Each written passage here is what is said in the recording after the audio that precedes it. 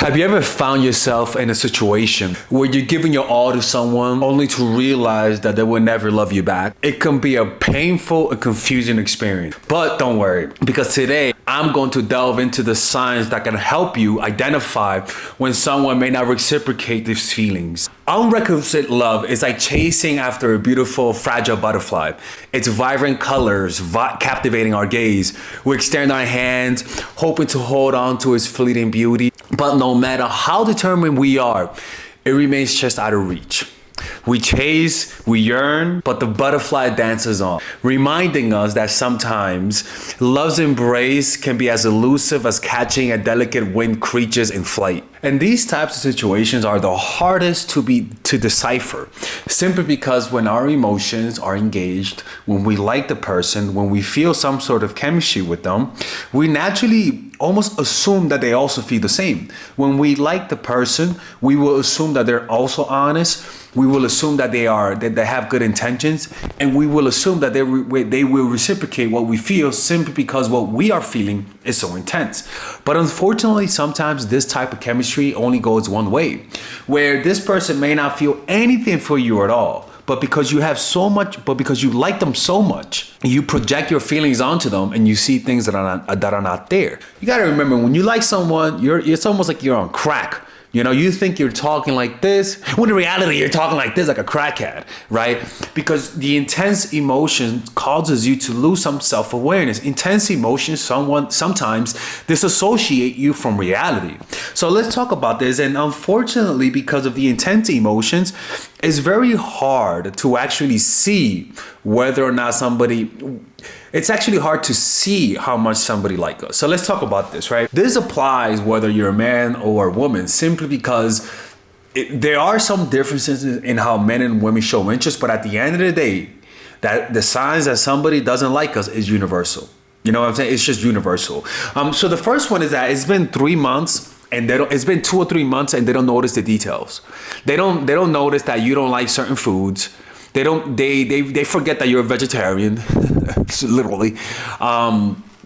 They forget that your favorite animal, or even when they give you a gift, you notice that this gift is not really unique. There's no thought to it, right? The point is that when you like someone, you're like an investigator, connecting the dots. Even dots that are far apart from each other. And what charms us about people who reciprocate our love is the attention to detail. Very few people actually pay attention to others. Most people are self-absorbed and thinking only of themselves. Rarely ever looking at the other person's point of view, how what they do could affect them, and also what they like and what they don't like. They really don't pay attention. Most people pay attention to their kids, right? Unless they're overwhelmed. But romantically, that's what we love about romanticism. Somebody actually pays attention, right? Because you have to understand, when you fall in love, you revert back to being a child, right? You almost literally revert back to be a child. You love it when your parents pay attention to detail. In fact, you expect your parents to pay attention to details. You expect your parents to not put that certain food because she knows you're allergic to it. Why? Because kids pay attention to details. I don't know if you noticed, kids, when you were a child, you weren't really able to understand all of the words that the adults were saying. You weren't really able to keep up verbally with the conversations that the adults were saying. But one of the things that kids do is that kids pay attention to detail.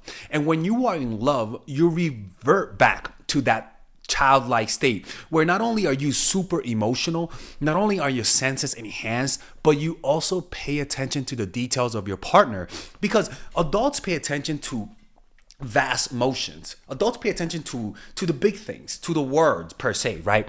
Children pay attention to movement, to facial expressions, to how somebody sits, to the style that the person moves. And I remember when I was a kid, I paid attention to, I love basketball, but I remember I used to pay attention to people's form.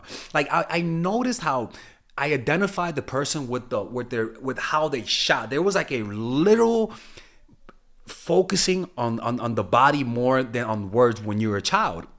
And notice, and I'm gonna show you guys a scene of the movie Goodfellas, where it exemplifies how children pay attention to things that adults don't do. Adults don't do this type of stuff, but children are always paying attention to this. Just notice this.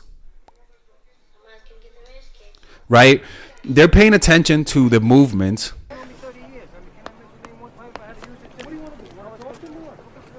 Notice how I could promise you that if you're an adult, you will never pay attention to this type of stuff. Kids pay attention to this, right? They mimic and pay attention to this. Why? Because that's what kids do.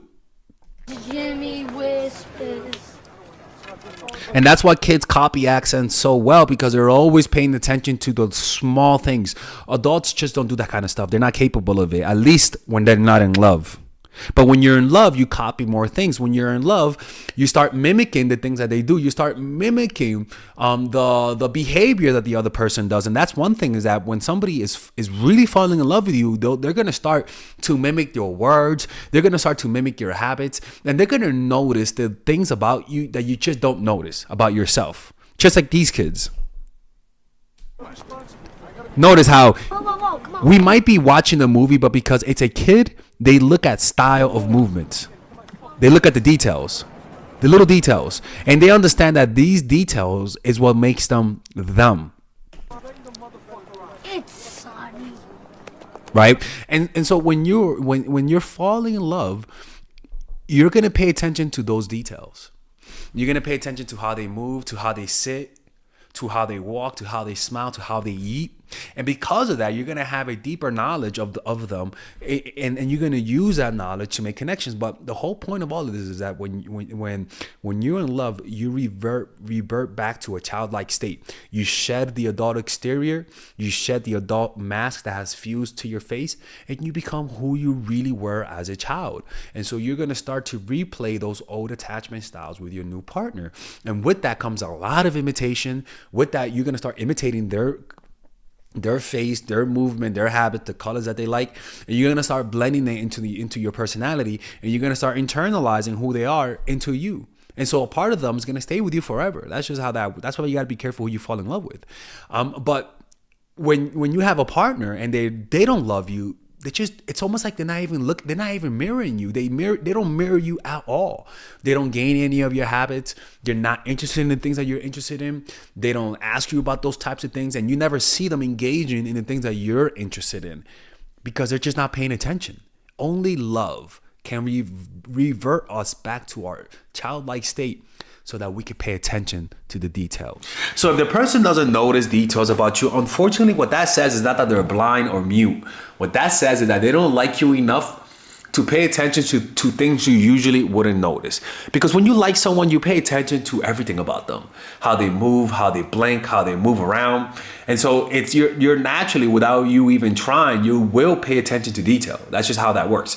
But when those romantic emotions are not involved, you're not going to pay attention to detail. And the other person is going to notice because they don't feel like the other person appreciates them. For example, I remember I was watching a video about two couples, and she said that it was about a divorce lawyer. In fact, I'm actually going to put it here so that you guys can listen to it. So this is a divorce lawyer. I think his name is James Sexton right here. On Soft White Underbelly, and he's talking about what he notices when relationships are about to end, and let me have him tell the story to explain to you guys my point. Outside the courtroom, waiting on a break in testimony, and she was a young woman in her probably like late 30s, very attractive, and we were just chit-chatting, and I said to her, he's pretty much representing her. That's one of his clients. Was there a moment when you realized the marriage is over? Was there a moment? And she said, yeah. And I said, when was it? And she said, there was this granola that I like.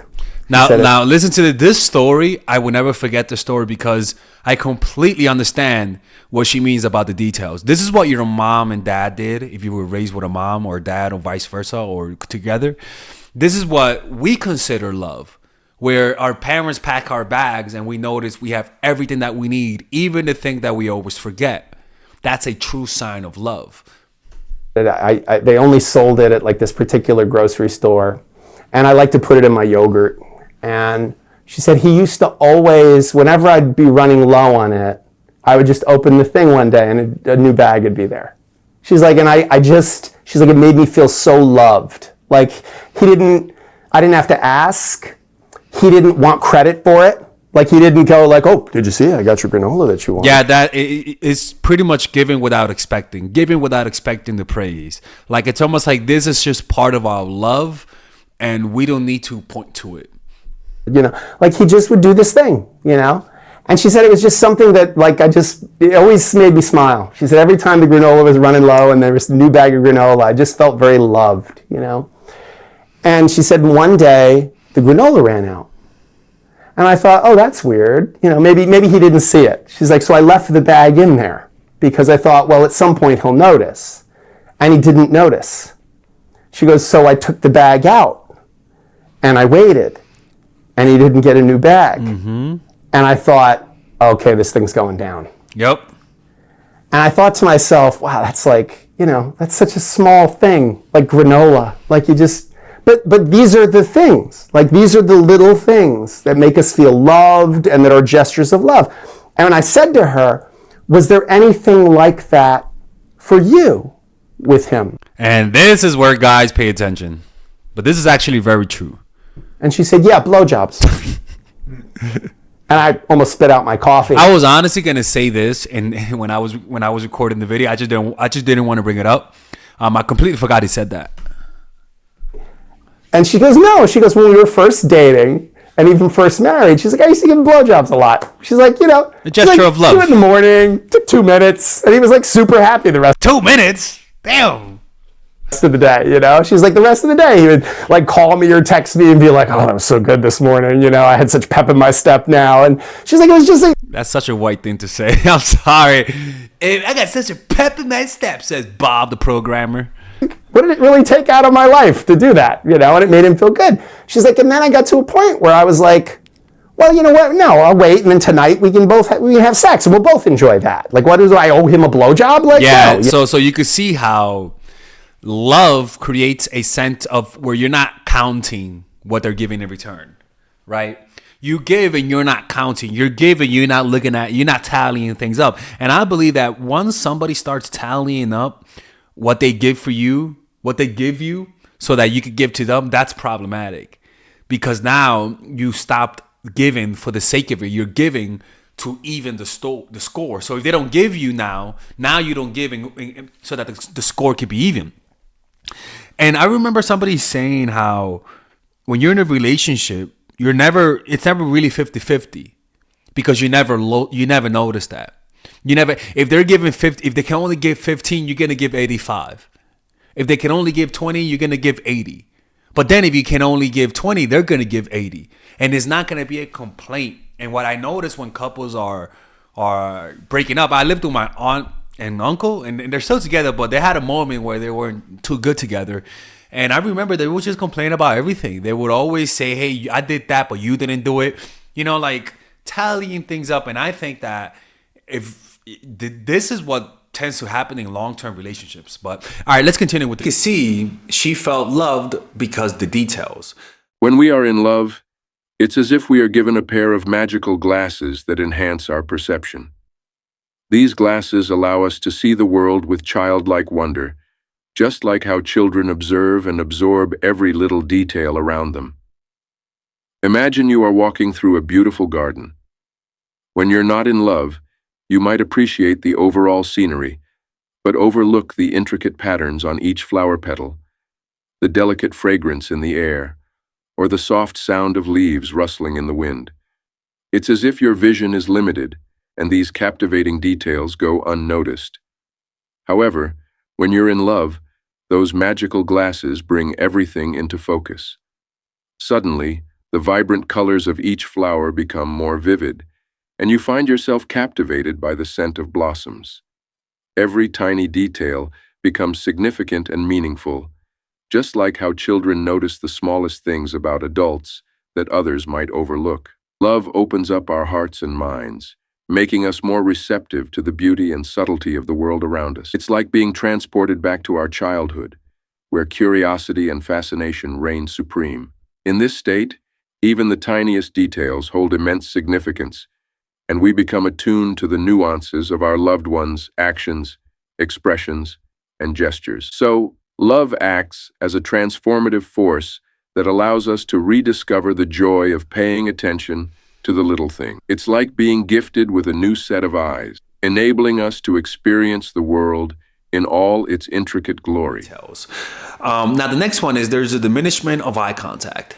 The person will look at you, but you know the eye contact, the lovey-dovey eye contact when they look at you. Unless this person is autistic, what you'll notice is that at first, if you guys had chemistry at first and the chemistry was really just the electricity between the two of you guys, the electrical charge, that is one form of chemistry that could look like love. But the sign that this is actual love and not just hotness is that over time, it intensifies. Where the gazing isn't just gazing of lust. Now the gazing is gazing at somebody that you love, and you revel in it. There is a pleasure in the intense eye contact, right? So that type of stuff is powerful, and this is something that when you fall in love with someone, you get that. You don't get that when you're not in love with someone. And this is something that people that are in love, they get to share. They get to share that intense eye contact when doing the Lord's work. They get to share that intense eye contact when they're in bed together, when they're walking. Even when you think about them, you think about them looking at you, right? So that's actually something that you'll notice. You'll notice because you'll say to yourself, you're gonna sense it that you're looking for eye contact, but they're not giving it back. It's like trying to shake someone's hand and they don't shake your hand back. The next one is that they don't take the leap into the unknown, right? In other words, you're the one that's always expressing their feelings and taking the risk. Meaning, you're the one that's always taking the relationship to the next level. You're the one that says, I like you, let's get together. You're the one that says, let me introduce you to my family. You're the one that says, let me introduce you to my friends. You're the one that says, let's go on a trip. In other words, you're risking. You're the one that's escalating their relationship, but they never take that risk. They don't invite you to the holidays. They don't give you that extra like meaningful gift that if you don't like someone and you give them that gift, it's awkward. In other words, they don't take the risk of intimacy. They don't go to the above. So if you stop texting them and you go cold on them, they don't take the risk and risk looking needy and saying, hey, I miss you. Where have you been? They don't risk putting their ego for the sake of hearing from you. They don't risk looking stupid for your sake. That's not good. When they don't take that risk, that means that their ego is worth more than you to them. In other words, they have to prove themselves. And let me show you guys a snippet from the Robert Greene Art of Seduction, Prove Yourself, and why it's so important to do that. Anyone can talk big, say lofty things about their feelings, insist on how much they care for us, and also for all oppressed peoples in the far reaches of the planet. But if they never behave in a way that will back up their words, we begin to doubt their sincerity. Perhaps we're dealing with a charlatan or a hypocrite or a coward. Flattery and fine words can only go so far. A time will eventually arrive when you will have to show your victim some evidence to match your words with deeds. And that moment usually is in the moment of need, when they're hungry, when they're lonely, when they're sick, right? And you have to come to the rescue. Because if you don't do that, this person is going to wonder how much do you really love them. And unfortunately, we all have those moments when we need someone. And that is the moment where when then every person who is in love with someone and goes through a crisis, there's a hope and there's a kind of glimmer of happiness that hopefully this person comes and becomes our hero. Hopefully this person is there for us. And when they are there for us, we kind of smile in the midst of suffering, where our only saving grace is that this person was there for us. But if they're not there, then everything they've done should go to the ground. Everything they've done should be thrown and not be shown in evidence, and when it comes to you judging whether or not they love you. Because you only have one shot, one moment to prove yourself. And unfortunately, when somebody proves that they don't love us, your mind doesn't rationally think they don't love you. Like I'm going to talk about later in the video, you're just going to have a weird sensation that they don't love you. And that sensation can easily be so abstract where you could deny that what you're feeling is that this person doesn't love you back, and you could just deny it and say, "Oh, this person was busy. That's why this person didn't go here. This person was busy with work. That's why they didn't come to see me in the hospital." People really say that. When it comes to accepting that the person doesn't love you versus finding an excuse, it's much easier to find an excuse for your ego. And this is something that you will see when somebody really loves you and likes you. One of the two, like when somebody likes you a lot or loves you, you're always going to see them sacrificing their ego for your sake. So you got to make them sacrifice themselves for you. Sounds like a video title, people. If you guys want me to make a video about that, just remind me in the description down below, right? And sacrifice to me is the ultimate form of love. God so loved the world that he gave his only begotten son, for those who shall believe in him shall not perish but have everlasting life. John 3:16, right? And that was his ultimate show that he loved us, that God loved us. And it's the same thing. If somebody just doesn't sacrifice anything for your sake, anything, and that means sacrificing the women they're seeing, right? If you're a guy, right, sacrificing all the women for your sake, right? Sacrificing their job, sacrificing their career for you. Why do people have children? People sacrifice a lot of their comfort because they love their children. So if they're not willing to sacrifice their time, sacrifice moving to a new location in order to be with you, sacrifice moving to a new country for your sake, do something that's completely inconvenient for their sake, or even do something that's completely irrational for your sake. Because when somebody likes you, their decisions are not rational. They don't say, you know what, it may not be a good career path to move to this area because they're there, but you know, so I'm not going to do it. No, you're like a crackhead. Crackheads don't think straight. You will move to that country, even if it might ruin your career. You will move to that area. You will go. You get what I'm saying? It takes a certain level of irrationality to make a sacrifice for somebody that you love. And if you're not willing to do it, that just means that you're not rational enough. In other words, you're not in love enough. Love is not rational. It's irrational. You make the dumbest decisions when you're in love. And one of the signs that they'll love you is just making dumb decisions for your sake. Now, the next one is over time, you realize that they don't love you as much. You just sense it. Like, this is something that you could just sense it, right? You don't have to know the biochemistry of being hungry, right? You don't have to know the details of the enzymes that the body releases. All you know is that you could sense yourself being hungry. You don't have to notice the dots, notice every single dot that this person doesn't love you, but there's going to be a whisper, a very soft whisper that whispers to you, and you hear it in the form of an echo that tells you this person doesn't love you. It's your instinct. You don't know why you feel that, but you just feel it. There are some things that your body knows that you don't know, right? For example, when you're sleeping, your body actually moves positions a lot. And the reason why your body does that is because it's sensing that, you know, like you can't just sleep in one spot, or else I think that's called blood clot for people who know about that. But the point is that your body knows it got to move in order to let blood circulate. So it unconsciously moves, which is kind of crazy. It's almost like it's self-regulating, but you're not aware of it because you're sleeping, right?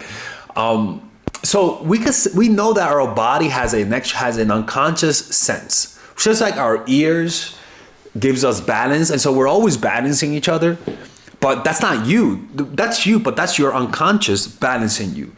And so the balance of your body that you have, it's really micro calibrations that your brain is noticing that you're not aware of, right? So it's like when you're standing, you'll notice that certain muscles activate without you even noticing. Like if you actually pay attention when you're balancing yourself, you'll notice there's always like little random activations. And it's something that you may not even notice yourself, because if I tell you to draw how a person stands in balance, you won't know. Like when you draw someone, you notice that there's always one part that's like anchoring the whole body, and painters like me, we know that. We know how to draw a body that appears to be really balanced in the ground, balancing themselves with the proper proportions and the proper muscles being used.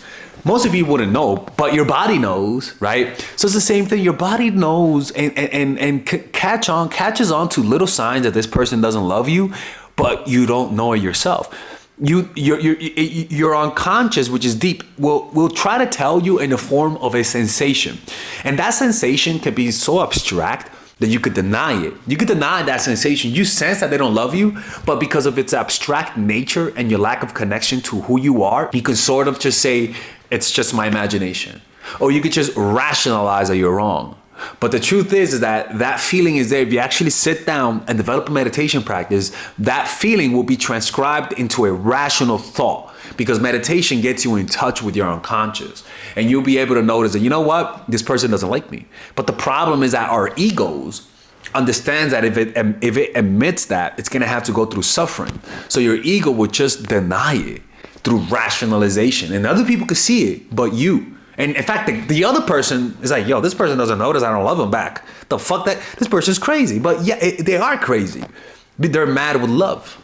In fact, we're going to go in a little bit more detail towards the end of the video about this topic if you enjoy this as bonus content, because I don't want to go too deeply into this. I want to move to the other points, but towards the end of the video, there's going to be a bonus section where we're going to go deeper into this topic as well. The next one is, during tough time, they don't think of you. This is tough. You'll notice that when you need their help, they're there for you, but they're not fully there. They'll come to the hospital, but they won't bring that cake that you like. They'll come to your birthday party, but they won't give you that extra gift. You'll give them a gift, but then they won't give you a gift back. They gotta first see you give them a gift in order for them to give you a gift back, right? There are little things about a person that these things are things that you could deny. That's a problem. You could deny that these signs are there. You could deny that these signs exist because, like, again, these are very abstract. They're just like the sound of the wind. If you really try to listen to it, you will listen to it. But if you try not to listen to it, you won't hear it. It's like the sound of the refrigerator. It's always there, but do you choose to listen to it? A lot of us are living in such denial, are always pushing away our unconscious mind because of how uncomfortable the reality is, that our body talks to us, but we don't listen, you know? So during tough times, you'll notice it that I remember, like, I knew a girl loved me when I had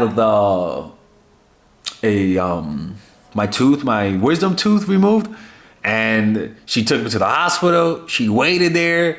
My mouth was like just swollen, you know, and she was there, and she even kissed me. I'm like, man, this girl's freaky as hell.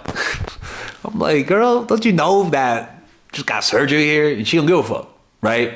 But I could sense that she really liked me. Now, mind you, unfortunately for her, and a lot of you ladies love to judge father addicts for this, but I don't care, to be honest with you.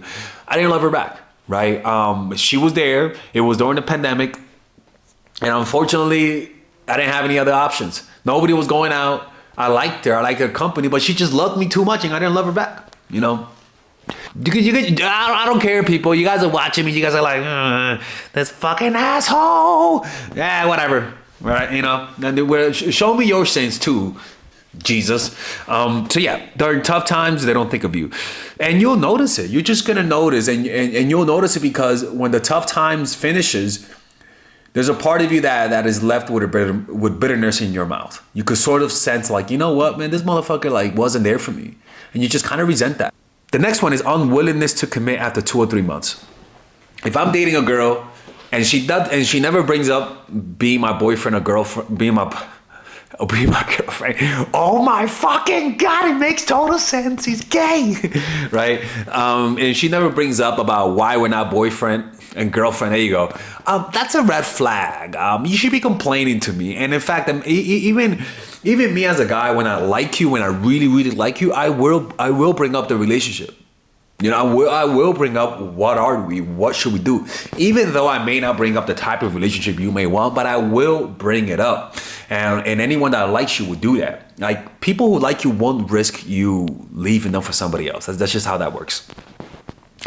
Because they're just going to be thinking, why don't they want a relationship? You know, like that's what happens when somebody likes you. Now their next one is they're inconsistent with their contact, and you have to initiate most of the contact. Let me tell you something, man. Consistently, what I've noticed when somebody likes you but not that much, they're always gonna respond to you, and they're always gonna go on dates with you. But you will notice is that it takes a while to respond. This is just, you could prove me wrong, but you think back in your life when you met someone that you liked, you had good chemistry with them, but you just sensed that you could never love them. You responded, but because of the lack of emotion, you never respond with timing. You never respond quickly. You do respond quickly, but it's not the same as when you actually like someone. There are moments when you actually like someone where you're gonna go through back and forth conversations through text, and there's not gonna be that long of a wait time with them or you. Consistently, like, I know this sounds so simple, but I know this, I do this. I know that. Just think about when you met someone and you like them but not that much, but you still like them enough to see them. You know, you like them as a person, you could be friends with them, you guys could hook up, but you know that lovey pink freaking emotion is not there. And that also goes with phone calls, and particularly when you guys are in long distance. Anytime that when you are in a long distance relationship, or let's just say the person goes on vacation, if they don't call you or text you, if they don't call you and want to hear, and if they don't want to hear your voice consistently, that's not a good sign. Like, if they're happy with just texting, I'm telling you, if they really liked you, if they had the potential for love, that desire for connecting with someone that you love is going to guide them to want to hear your voice, to want to have a one-on-one live interactive, you reacting to me conversation, not through WhatsApp voice, but call conversation. They're just going to want to hear you and just sense your presence through the phone. But them not needing to do that, just think about that. What that says, they don't need to hear your voice. Like, that matters. It may not matter to just casual relationships, but if you want something real long-term, yeah, that's you. They have to crave your voice. They have to crave hearing you. They have to crave that response from you in live conversation. The next one is, if you know their ex, like, for example, let's just say you actually find out who their ex is and you guys talk about that the person you're talking to.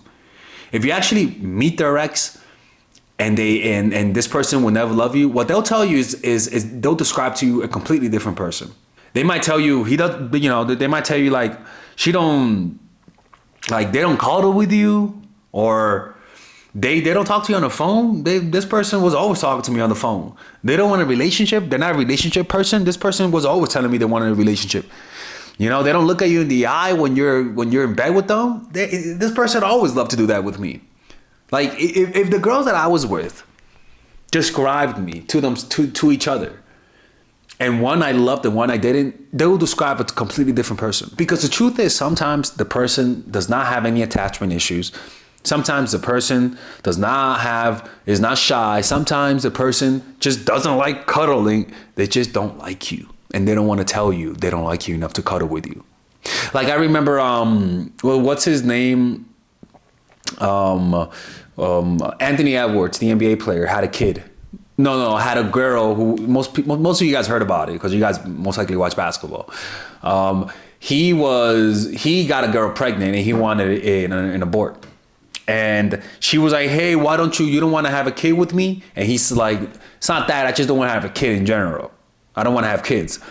Let me tell you something else. A guy, what that says is, I don't want to have a kid with you, I just don't want to tell you. Like, it's just that simple. Like, this is most guys' determining factor whether or not they want to have a kid with you. And you could ask any guy. I haven't done any research, right? But most guys will agree with me, and that's that if it's whether or not if she's really hot, I don't mind having a kid with you by accident, right? If you're really hot, I want to have a kid with you, or if I love you, one of the two. right? If I love you, I don't mind. And if you're really hot, I won't mind either. Why is it that being hot all of a sudden changes the equation? For obvious reasons, right? You want a beautiful woman to have your kid, right? It's a sign of that she has a good immune system. If she's beautiful, she has a good immune system. It's that simple, right? Because you can't create beauty with a shitty. Let's listen to one of my writings I wrote a few months ago about symmetry and beauty and your immune system, because I think it's much better to explain it this way, because some people might listen to me and think I'm BSing, but let me show you. It's backed up by science, people. Symmetry is often considered a hallmark of beauty, as it reflects harmonious proportions and balanced features. A high level of symmetry in facial features is thought to indicate good genetic quality and developmental stability. And unfortunately, you know, because again, beauty is one of those taboo topics, because it hurts to realize that beauty is a real thing that some people have and don't have.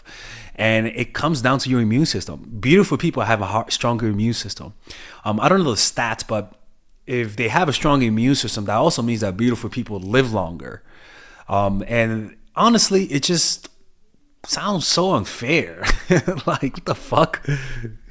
From an evolutionary perspective, individuals with symmetrical faces may be perceived as more attractive because it suggests they have experienced fewer developmental disruptions or genetic mutations during their growth.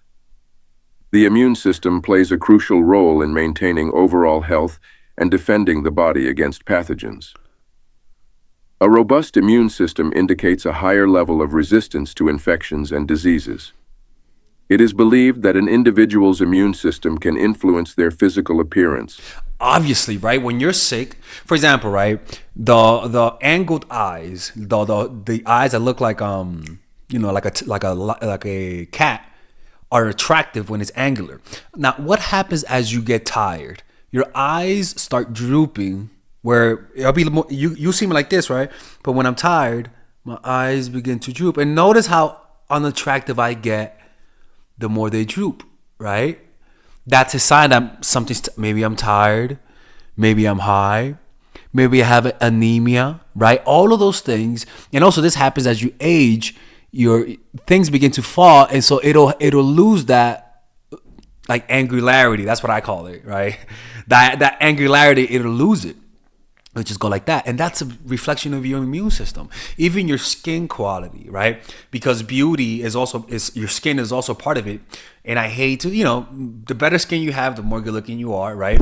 So if you have a girl who, the same face, but one has a lot of pimples and one has a clear skin, it's going to be undeniable that the woman with the better skin, which usually means a better immune system, looks more attractive.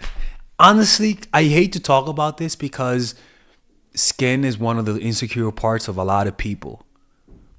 I was lucky and never had any like acne, but I understand this is a very insecure place for a lot of people. So I say this with the utmost compassion. You know what I'm saying? Including facial symmetry and attractiveness. Research suggests that factors such as parasite load, pathogen exposure, and genetic compatibility may impact facial symmetry and attractiveness.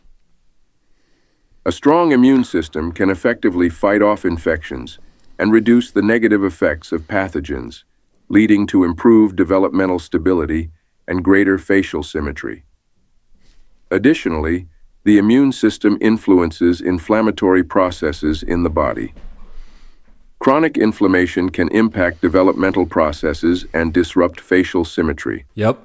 A well-functioning immune system helps regulate inflammation and promotes proper development, and contributing to a more symmetrical appearance. And that's why when somebody is born really attractive, like there's only one reason that this kid is born attractive. It's because that kid had a good immune system. It's as simple as that. So the attraction to me, for me to be okay with having the kid with a woman who I may not have feelings for, but is really attractive, is really just my ancestors saying, look, man, have a kid with that girl. She has good genes, right? Now, like how I said in the video, how the actual signal that my body is telling me, the actual signal Evolutionarily is that she with her, it's best to have kids with her because the kids will come out good.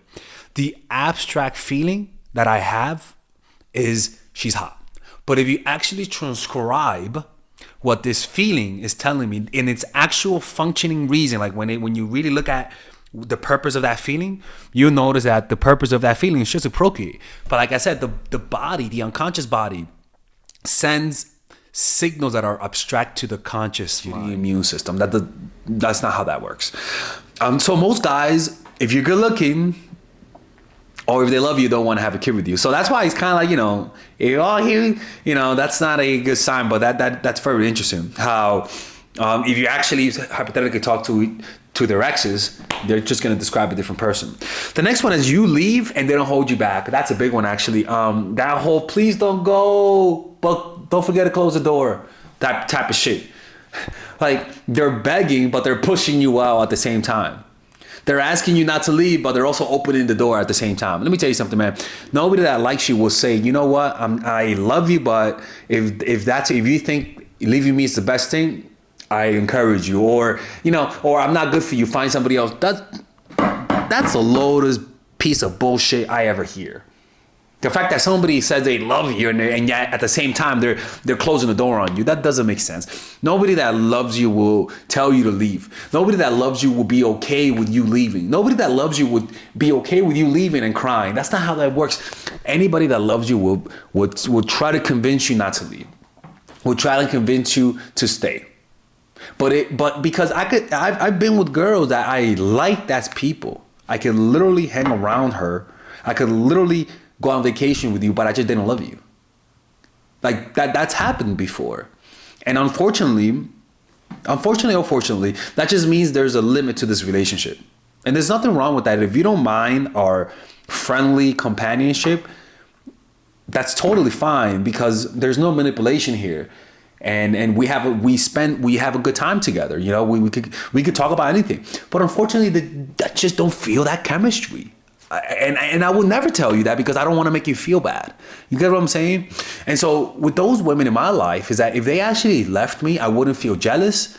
I'll miss you as a person, but I won't miss you as a partner. Again, I could just hear people judging me right now, but to be honest with you, I just don't care anymore. All of these angels, all of these freaking archangels walking around on earth who apparently are perfect. It's unfortunately that I can't post some of the things some of my relationship stories because just some people just judge me for it.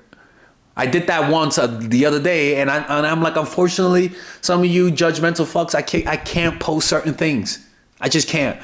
Oh, I heard that you were an asshole to that girl. I had to unsubscribe. Jesus fucking Christ. What else do I have to do to tell you guys that I am not an angel? Like, if you could just imagine somebody who's done things in their lives that they regret, think about me. I'm that guy.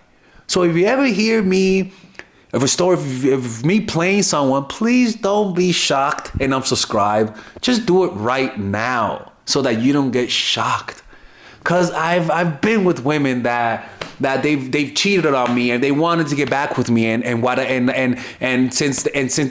I just say, hey, you know what? You want to get back with me? Be my sex slave for a month. And me not expecting them to say yes, they say yes. And because they cheated on me and because at the end of the month I didn't want to do it, I just didn't feel any different, I dumped them. Boo-hoo, people. Call me an asshole. So I just want to put this out there. Last week I talked about that story and some of you guys unsubscribed and judged me and literally judged me for it. I want you guys to know unsubscribe right now because I just don't want to need to censor myself for these judgmental people who clearly like what I say, but because they find out some, through the stories that I say, they'll judge me for it. So to be honest with you, I just don't care no more, to be honest with you. Anyways, the next one is you annoy them. That's a big one, people. If you annoy your partner, if they actually feel annoyed by you, if they hate the way you chew your food, if they're starting to hate the way you walk, the way you speak, the way you drive, how long it takes you to do things when they didn't complain before, it's starting to be over, people. You got to walk away. You got to walk away. All right? You got to find somebody else. The phenomenon you are describing is known as the negativity bias in relationships. This bias refers to the tendency for our attention and perception to be more heavily influenced by negative information or traits compared to positive ones. It can impact both the initial stages of falling in love as well as the process of falling out of love. And I wrote this because one night I realized that when we're starting to like someone, all of a sudden we start noticing the positive traits in them, right? We only notice the positive traits. And that's the confirmation, the halo effect. But then, like I said in the video, that the opposite effect happens, which in this case I realized it's called negativity bias, right? So let's continue with this because this is very interesting. Tendency for our attention. It can impact both the initial stages of falling in love as well as the process of falling out of love. When we are infatuated with someone during the early stages of a relationship, we often idealize them and focus on their positive qualities. However, as the relationship progresses and becomes more familiar, the negativity bias can come into play. We may start to notice and amplify the negative traits or behaviors of our partner, while overlooking their positive aspects. And this usually happens when the relationship is under descent. And you're noticing that if somebody's falling out of love, this is what usually happens. The negativity bias just comes into play. This shift in perception can be attributed to a combination of psychological and neurological factors. Psychologically, it is believed that the initial intense emotions and infatuation we experience in the early stages of a relationship create a sort of rose-colored glasses effect. We are more likely to overlook flaws and only see the positive aspects of our partner. As the intensity of these emotions subsides, we begin to see our partner more realistically, including their imperfections. But I believe that even though we're starting to see the imperfections, they won't annoy us. You get what I'm saying? It's when their personality has like the screeching sound effects of nails crawling at a blackboard. Like, we notice their flaws and we accept them, but what makes it that you guys are actually drifting apart and you guys actually need some distance and therapy, right? And maybe a restraining order, is that they're starting to annoy you. Like, and honestly, this is with anybody. The feeling of annoyance means that you guys need some distance. Neurologically, the brain's reward system plays a role in the negativity bias. During the early stages of love, the brain releases chemicals like dopamine and oxytocin, which contribute to feelings of euphoria and attachment. All right, the AI is starting to become a German now. Time, these neurochemicals contribute to feelings of euphoria and attachment.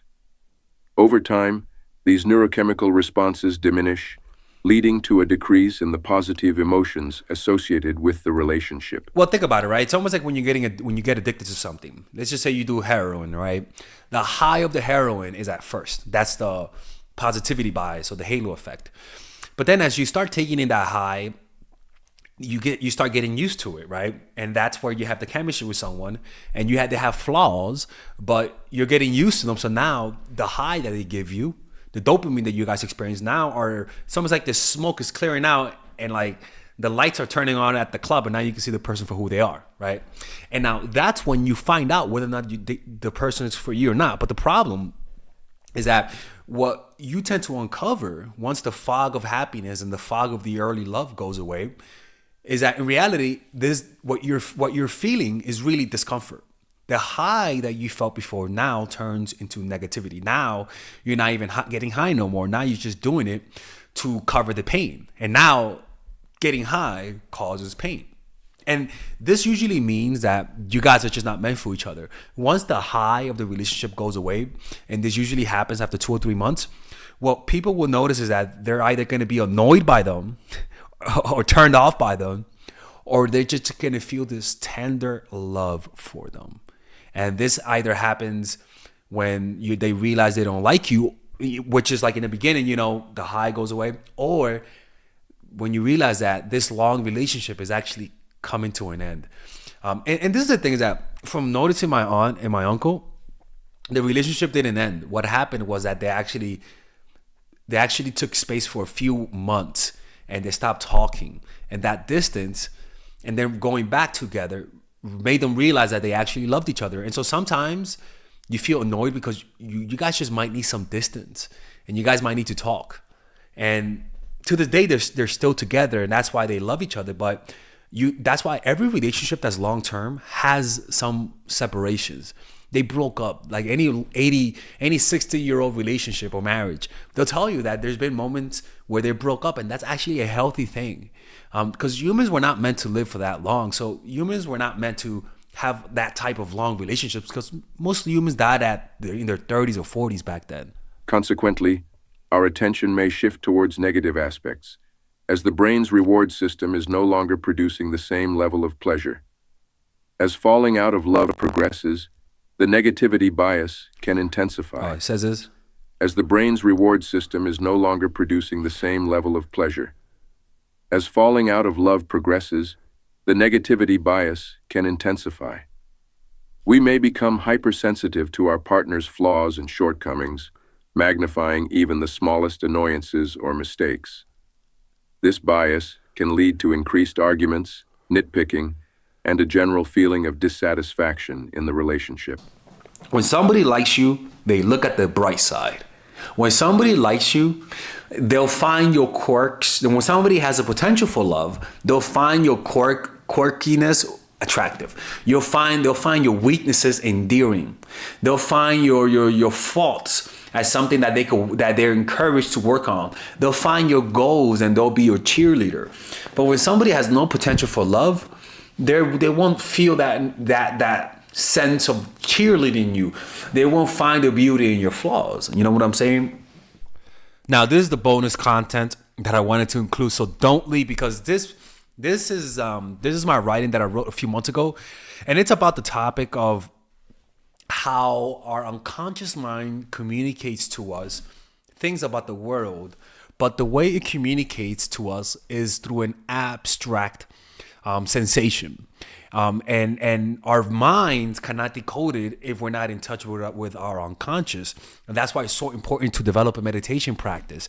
So let's listen to this, because this is really fascinating, and this is going to open your eyes to a lot of things that I talk about in this channel. It's right here. The world.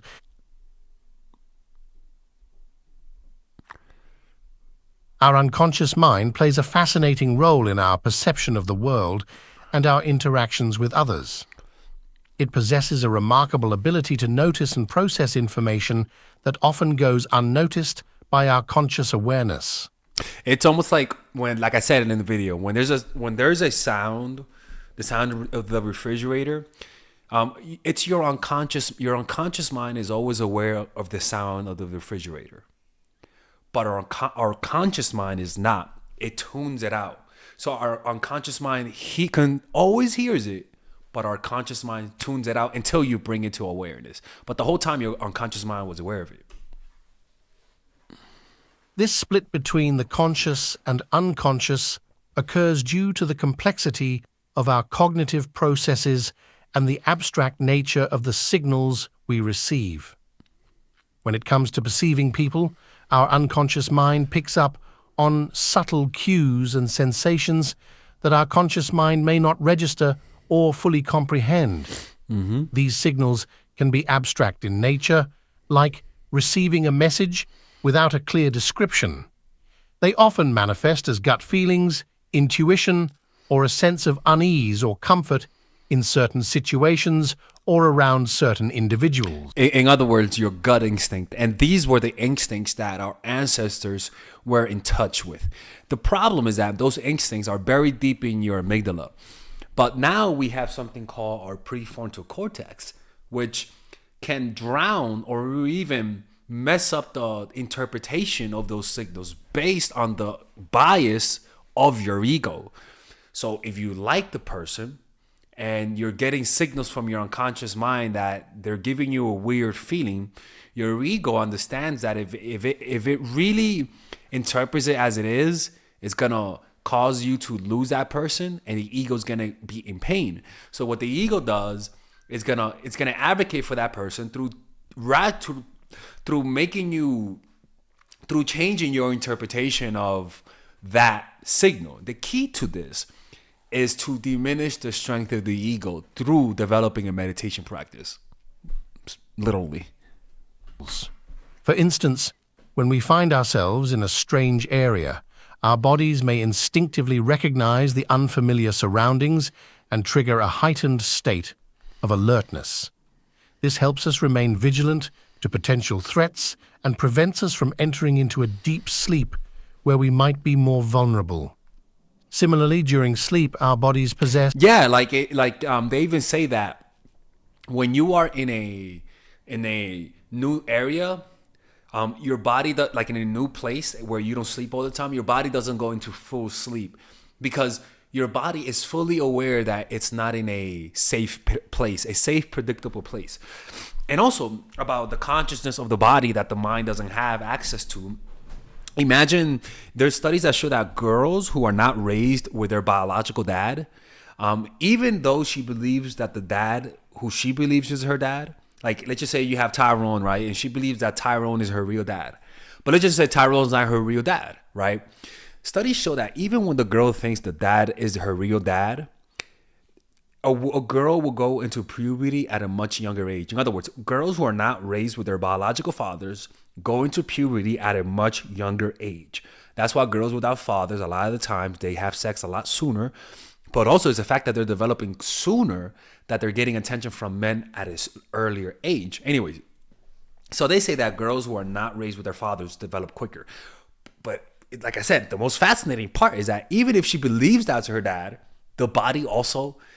The body knows, and the way that the body knows, it's the way that the body communicates that it knows that it's not its biological dad, is that it just goes into puberty at a much earlier age, right? Maybe it's because without a dad she might die, and the body needs to have a kid as soon as possible. I don't fucking know, right?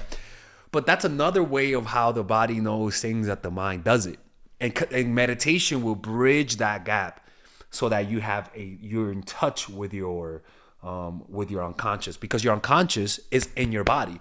And that's why the meditation retreat, when we do body scans, that's why we do that, because we scan the body, because our unconscious, the more unconscious things you have that you're not aware of, the more disconnected you're going to be from your body, because your unconscious is in your body. So what we do, we scan the body and we notice that there are parts in our bodies that you don't feel. Most likely there's trauma locked into that. So what you do then is that you bring all of your attention to the parts that you don't feel for like a minute, so that you could bring sensation. And what happens is that you tend to feel a release of emotions when you do that. That's why the body scan meditation is so powerful. Yes, an innate awareness that prompts us to shift positions periodically. This automatic movement prevents us from our bodies possess Let's go back to entering into a deep sleep where we might be more vulnerable. Similarly, during sleep, our bodies possess an innate awareness that prompts us to shift positions periodically. This automatic movement prevents us from remaining stationary for too long, avoiding discomfort or pressure. Related issues that could arise from prolonged immobility. Behind this split between conscious and unconscious perception lies another level of awareness that operates in an abstract language. This awareness is attuned to subtle cues and sensations, providing us with valuable information about our environment and the people around us. However, our ego, driven by insecurities and self-preservation, has the tendency to interfere with these signals. Our ego can rationalize or deny these unconscious signals to protect our self-image or serve its own agenda. For example, we might dismiss a feeling of unease around someone because it doesn't align with our desired social image, or because we fear confronting uncomfortable truths about the person or situation. Scientists have delved into this interplay between conscious and unconscious processing through various studies. They suggest that our unconscious mind, operating through structures like the amygdala and insula, processes information rapidly and holistically. This allows it to detect patterns, make connections, and draw conclusions based on subtle cues that our conscious mind might overlook. Research in psychology and neuroscience provides evidence of the power of the unconscious mind in influencing our behavior and decision-making. It highlights the significance of paying attention to our gut feelings and intuition, as they often stem from the deeper awareness within us. In summary, our unconscious mind possesses the ability to notice and interpret abstract signals about people and situations that our conscious mind may not readily understand. The split between conscious and unconscious perception arises due to the complexity of our cognitive processes. While our unconscious awareness can provide valuable insights, our ego-driven consciousness may deny or distort these signals to serve its own purposes. Recognizing and honoring the messages from our unconscious can lead to a deeper understanding of ourselves and the world around us. And that's why meditation is all about connecting with your unconscious. Again, like I said, your unconscious is in your body, right? It's your whole body is your unconscious. That little part right here, the frontal cortex, is the only part that is aware of awareness.